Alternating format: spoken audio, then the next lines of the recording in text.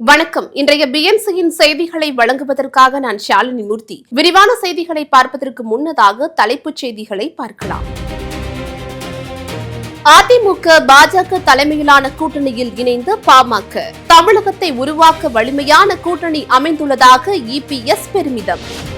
திமுகவை தமிழ்நாட்டிலிருந்து விரட்ட அதிமுக தலைமையிலான கூட்டணியில் இணைந்துள்ளோம். எடப்பாடி கே பழனிசாமியை சந்தித்த பின்னர் அன்புமணி அறிவிப்பு. காங்கிரஸ் கட்சியை பலப்படுத்தக்கூடிய நேரம் வந்துவிட்டது. காங்கிரஸ் தரவு பகுப்பாய்வு பிரிவு தலைவர் பிரவீன் சக்கரவர்த்தி தகவல்.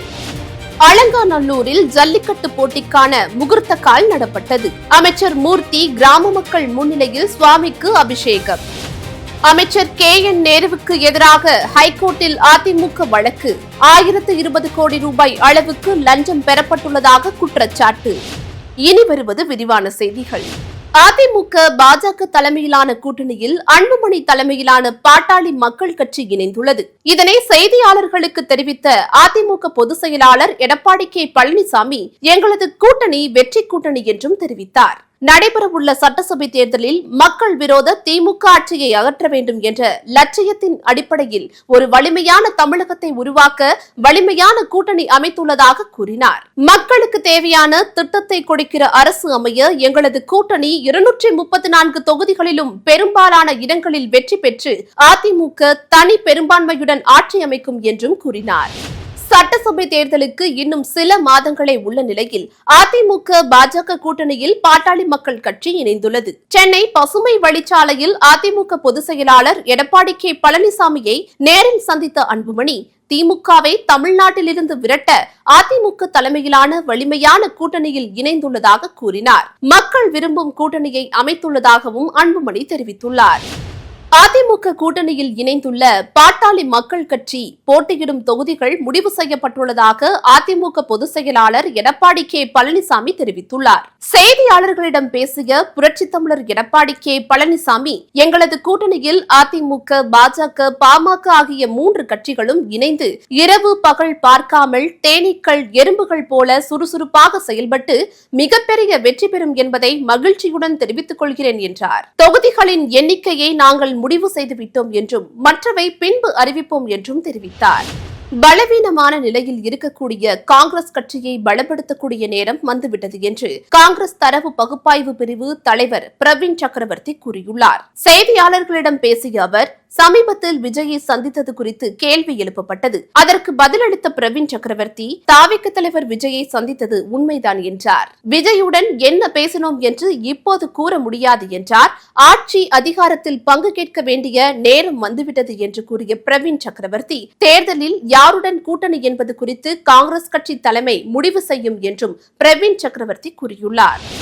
பரபரப்பான அரசியல் சூழ்நிலையில் அதிமுக பொதுச் செயலாளரும் சட்டமன்ற எதிர்க்கட்சி தலைவருமான எடப்பாடி கே பழனிசாமி திமுக அமைச்சர்களுக்கு எதிரான ஊழல் பட்டியலுடன் டெல்லி சென்று உள்துறை அமைச்சர் அமித்ஷாவிடம் ஆதாரங்களை வழங்க உள்ளதாக தகவல் வெளியாகியுள்ளது. மேலும் கூட்டணியை வலிமைப்படுத்துவது குறித்து அமித்ஷாவுடன் பேச உள்ளதாகவும், அதிமுக தமிழ்நாடு சட்டசபை தேர்தலுக்கு இன்னும் 2 மாதங்கள் மட்டுமே உள்ள நிலையில் அதிமுக கூட்டணியில் மேலும் பல கட்சிகள் இணைய வாய்ப்புள்ளதாக அதிமுக பொதுச் செயலாளர் எடப்பாடி கே பழனிசாமி கூறியுள்ளார். கூட்டணி விவகாரத்தில் அரைவேக்காடாக தான் தோன்றித்தனமாக செயல்படுவோர் காங்கிரஸ் தொண்டர்கள் அல்ல என தமிழக காங்கிரஸ் தலைவர் செல்வ பெருந்தகை கூறியுள்ளார். காங்கிரஸ் தொண்டர்கள் தலைமைக்கு கட்டுப்பட்டவர்கள் என்றும், தலைமை என்ன சொல்கிறதோ அதற்கு கட்டுப்பட்டு கூட்டணி கட்சியின் வெற்றிக்காக செயல்படுவார்கள் என்றும் செல்வ பெருந்தகை கூறியுள்ளார். தைப்பொங்கல் பண்டிகையை முன்னிட்டு அலங்காநல்லூரில் வரும் 17ஆம் தேதி ஜல்லிக்கட்டு போட்டி நடைபெறவுள்ள நிலையில் அதற்கான முகூர்த்தக்கால் நடும் நிகழ்ச்சி நடைபெற்றது. அலங்காநல்லூர் வாடிவாசல் அருகே உள்ள முத்தாலம்மன் கோவில் முன்பாக வணிக வரி மற்றும் பதிவுத்துறை அமைச்சர் பி மூர்த்தி மற்றும் அரசு அலுவலர்கள், விழா குழுவினர்கள், கிராம பொதுமக்கள் முன்னிலையில் சுவாமிக்கு பாலாபிஷேகம் செய்யப்பட்டு முகூர்த்தக்கால் நடப்பட்டது. காஞ்சிபுரம் ஏகம்பரநாதர் கோவிலில் உற்சவர் சிலை செய்வதற்காக நன்கொடையாக பெறப்பட்ட 312 சவரன் தங்கம் மாயமாகி உள்ளது கண்டுபிடிக்கப்பட்டுள்ளது. சோமஸ்கந்தர் எளவார்குழலி உற்சவர் சிலைகள் செய்ய பக்தர்களிடம் இருந்து தங்கம் பெறப்பட்டது. உற்சவர் சிலை செய்ததில் தங்க மோசடி நடந்திருப்பதாக காஞ்சிபுரத்தைச் சேர்ந்த அண்ணாமலை என்பவர் அளித்த புகாரின்படி சிவகாஞ்சி போலீசார் 2017 வழக்கு பதிவு செய்தனர். இதில் நடைபெற்ற விசாரணையில் உற்சவர் சிலைகளில் துளி கூட தங்கம் சேர்க்கப்பட என்று தெரியவந்துள்ளது.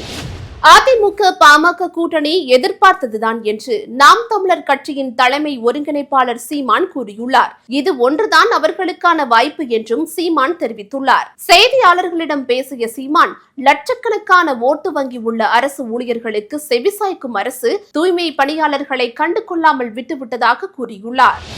ஒவ்வொரு அரசியல் கட்சியும் வளர வேண்டும், அதிகாரத்தில் பங்கு வேண்டும் என சொல்வது நியாயமானதுதான். இதை காங்கிரஸ் கட்சி மட்டும் சொல்லவில்லை என்று அந்த கட்சியின் முன்னாள் தலைவர் KS அழகிரி கூறியுள்ளார். தொடர்ந்து பேசிய KS அழகிரி, காங்கிரஸ் தொண்டர்கள் ஆட்சி அதிகாரத்தில் பங்கு வேண்டும் என விரும்புகிறார்கள் என்றும் நாங்கள் ஆட்சி அதிகாரத்தில் பங்கு வேண்டும் என்பதில் உறுதியாக உள்ளோம் என்றும் தெரிவித்துள்ளார். நகராட்சி நிர்வாகம் மற்றும் குடிநீர் வழங்கல் துறையின் ஒப்பந்தங்களில் பெரும் முறைகேடுகள் நடந்திருப்பதாகவும் அமைச்சர் KN நேரு மீது வழக்கு பதிவு செய்ய காவல்துறைக்கு உத்தரவிடக் கோரி சென்னை உயர்நீதிமன்றத்தில் அதிமுக வழக்கு தொடர்ந்துள்ளது என KN நேருவின் உறவினர்கள் மற்றும் நெருக்கமானவர்கள் மூலம் 7.5% முதல் 10% வரையிலான கமிஷன் வசூலிக்கப்பட்டு மொத்தம் குறைந்தது 1020 கோடி ரூபாய் அளவுக்கு லஞ்சம் பெறப்பட்டுள்ளதாக அமலாக்கத்துறை குற்றம் சாட்டியுள்ளது. இத்துடன் செய்திகள் நிறைவடைகின்றன. அண்மை செய்திகளை உடனுக்குடன் தெரிந்து கொள்ள எப்பொழுதும் BNC டைம்ஸ் சேனலுடன் இணைந்திருங்கள். நன்றி.